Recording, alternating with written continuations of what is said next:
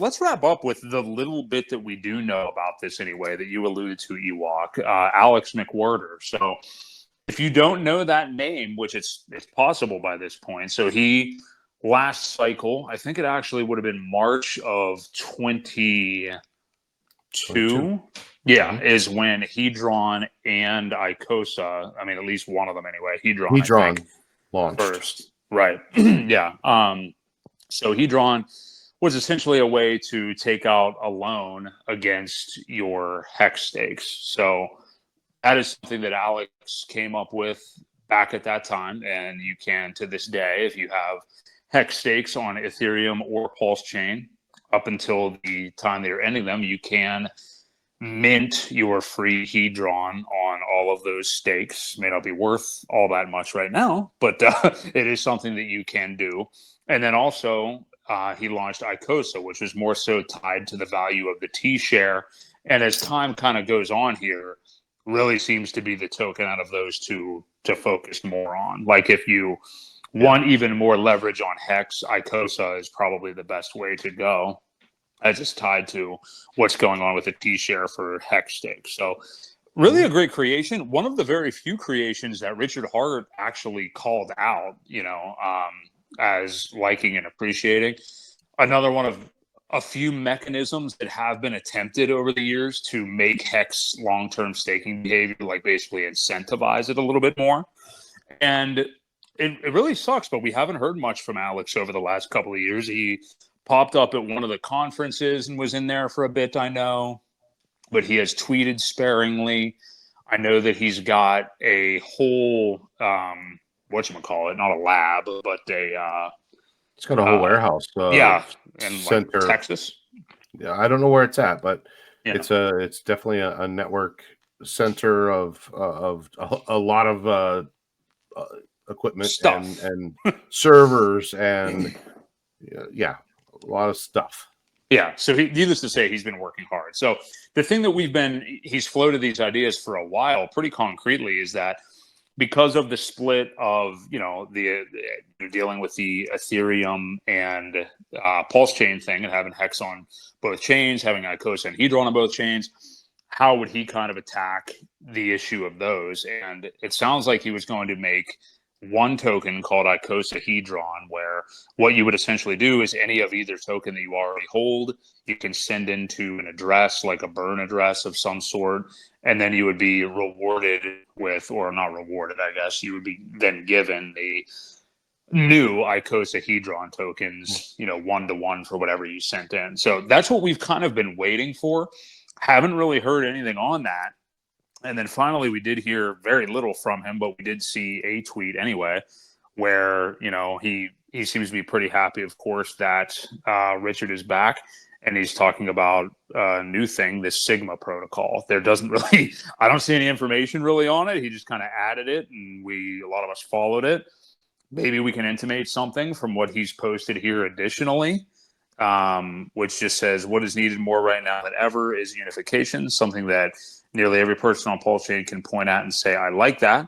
Something that reduces complexity, something that reduces entropy of the liquidity state as a whole, something that can be a foundation to the future and ease onboarding. I don't think he's wrong there. I just don't know specifically what he's pointing at. So yeah, we can speculate. Yeah, what do you make of this? I'm happy to see him back anyway. But yeah, what do you think he's got cooking here? Well, I think it is still the Hedron Icosa version 2, whatever it is that he's been working on.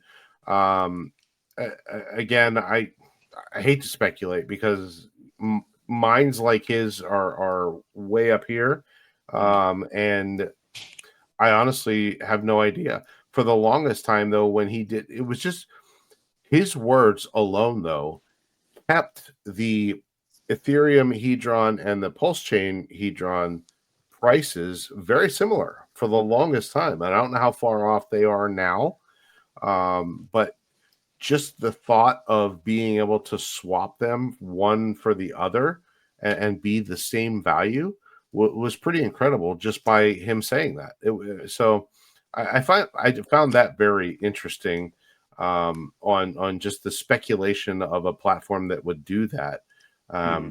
and how probably a very similar thing could have been done by Richard, and just what he said, and how eventually, well, maybe not eventually, but how he would like the prices to stay the same instead of creating division. I just thought that I found that very interesting on how those prices played out relative to the difference of how Hex played out on one chain versus the other. So yeah, honestly have no idea. Sigma, I don't even know what Sigma has a meaning. If there is one, what it relates to crypto as, and is he still planning on doing some sort of being able to stake a Ethereum token over on PulseChain somehow, some way? You know, I think that's what would be the amazing invention if anybody could do it. But I just don't understand or think that it's possible at this point. I agree with you 100%. If there was a way, is people talking about, could I stake eHex on PulseChain? Could I unstake eHex on PulseChain because of the fees and things like that? It is nice that we can at least buy eHex on PulseChain, but in terms of like the staking mechanism and stuff like that, yeah. And to your point, I don't know where Sigma came from, Sigma. But I know that, there's a whole movement of, I'm a Sigma male. I'm not an alpha male. I'm not a beta male. I'm a Sigma male. It means I'm quiet and I'm independent. I don't know. I think it's funny sector. But anyway, I don't really know what it means. I don't know if it's going to be like, maybe the icosahedron thing is, incorporated into this idea, but it seems like he is focusing on making onboarding easy, which, I mean, is one of Richard Hart's two top core things that he was calling on right now: advertising, marketing, and this. So I have faith in it for sure. I would have thought that, and I'm not, I'm happy that anything that Alex creates, I would have thought we would have had something else by now from him, but he could have been waiting on certain clarities as well and certain things to become easier for him to create, Yep. So, and maybe he's timing the market as well. That could be part of it too.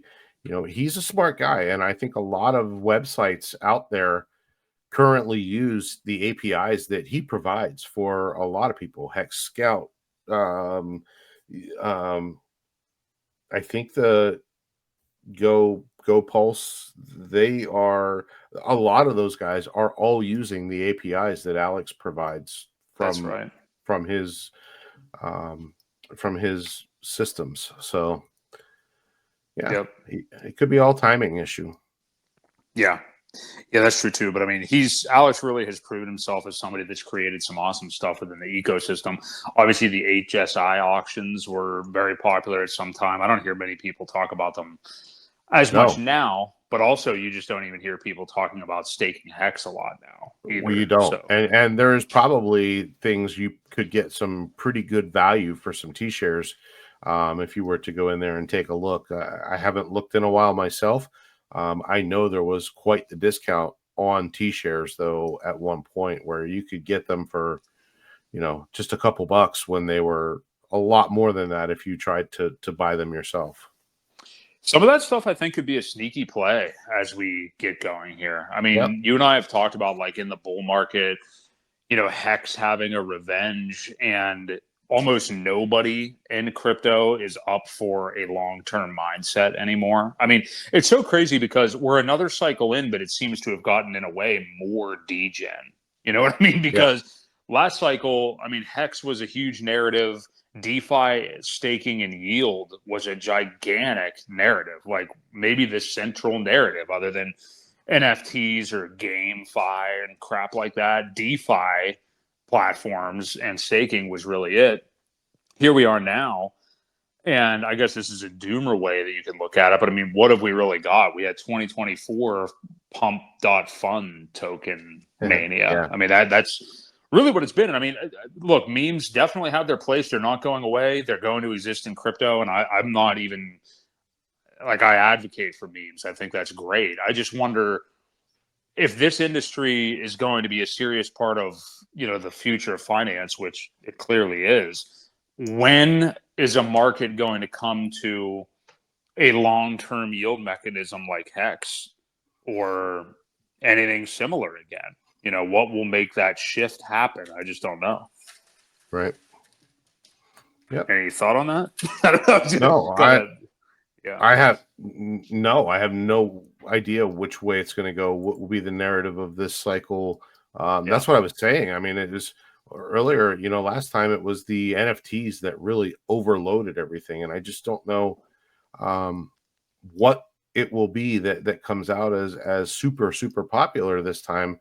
I don't think AI is going to do it. I don't think the meme coins have already had their cycle. What's left? DeFi was the last cycle. I do think there will be some DeFi that make it like Hexa, and once people understand it, there will be more adoption as far as DeFi goes. But yeah, I don't know what I have no idea what this cycle will bring us at this time. It's so hard to tell, and I wish I had the foresight to know. Well, yeah, I think what we're maybe seeing here is a separation of the wheat from the chaff, as they say, because I think we're going to get, because it has been mainly trash this cycle, and yes, memes have their place and stuff, but I think we're seeing like the end of the Mashinsky story, all these other scammers that are going to jail, and like the legit real scammers.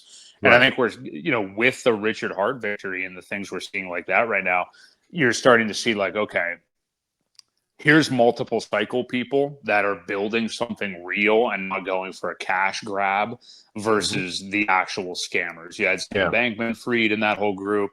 You have the Mashinskys, the Do Kwons, the Three Arrows Capital people, all those people. All of these centralized staking platforms people know are pretty much scams at this point.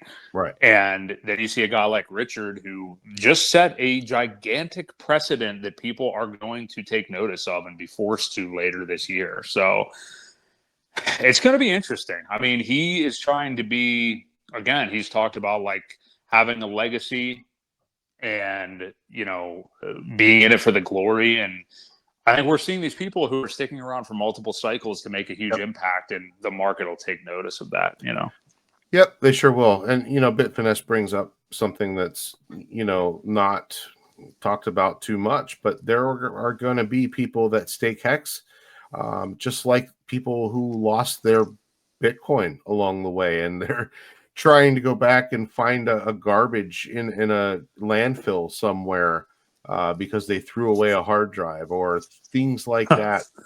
It's going to happen. It's going to happen eventually.